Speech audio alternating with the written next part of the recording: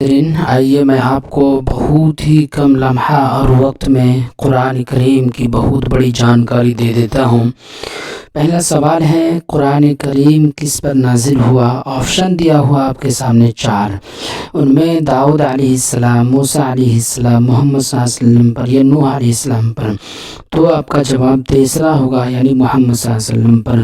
دوسرا سوال کہ قرآن کریم کے نازل ہونے کی مدت ہے کتنی؟ 22 سال، 23 سال، 21 سال یا 20 سال؟ تو آپ کا جواب اس میں دوسرا آپشن ہو جائے گا، 23 سال۔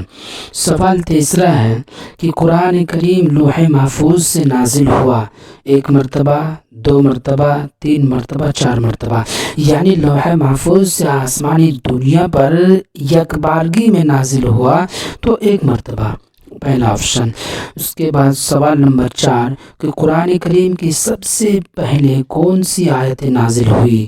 سورہ فاتحہ کی ابتدائی آیت ہے، سورہ نساء کی ابتدائی آیت ہے یا سورہ علق کی ابتدائی آیت ہے یا کوئی نہیں؟ تو آپ کا جواب اس میں تیسرا آپشن ہوگا، سورہ علق کی ابتدائی آیت ہے۔ سوال نمبر 5 ہے کہ قرآن کریم میں کتنی سورتیں ہیں؟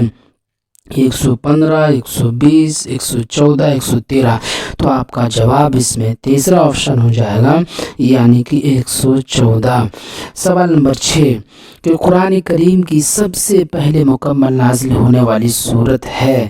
سورہ علق، سورہ نصر، سورہ کافرون، سورہ فاتحہ؟ اس میں کون سا ہے؟ آپ جواب دیں، میں آپ کے لیے چھوڑ دیا۔